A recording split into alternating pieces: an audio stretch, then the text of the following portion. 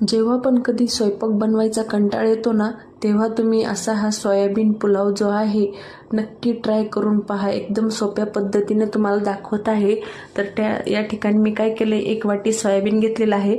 गरम पाण्यामध्ये 2 मिनटं सोक करत ठेवला होता. त्यानंतर थंड पाण्याने वॉश करून पिळून घेतलेलं आहे. त्यानंतर त्यामध्ये मी जे आहे 3 चमचे दही घातलं आणि 1 चमचा ठेचलेला लसूण होता, म्हणजेच की 10 ते 12 पाकळ्या लसूण घातल्या. त्यानंतर 1 चमचा कश्मीरी मिरची पावडर घातली. त्यानंतर 1 चमचा बिर्याणी मसाला, अर्धा चमचा धने पावडर, पाव चमचा हळद, थोडीशी कसुरी मेथी घातली आणि भरपूर अशी कोथिंबीर घालून मसाला जो आहे छान असा सोयाबीनला कोट करून घेतलेला आहे. आता 5 मिनटं ते 10 मिनटं आपण त्याला रेस्ट देऊया.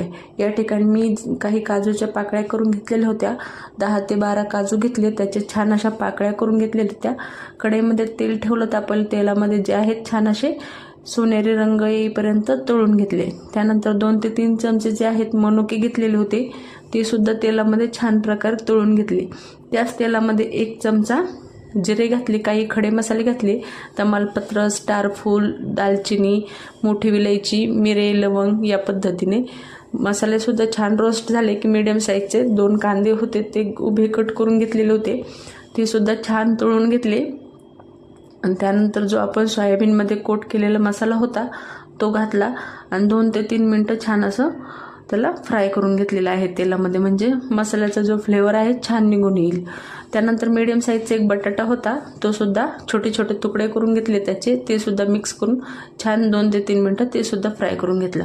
त्यानंतर सोयाबीनची खाली लेअर बनवली आणि हे जे तांदूळ आहेत, मी तांदूळ घेतले होते 3 कप, तर 3 कप तांदूळ जे आहे स्वच्छ धुवून 10 ते 15 मिनटं सोक करत ठेवले होते, त्याची सुद्धा लेअर बनवून घेतली.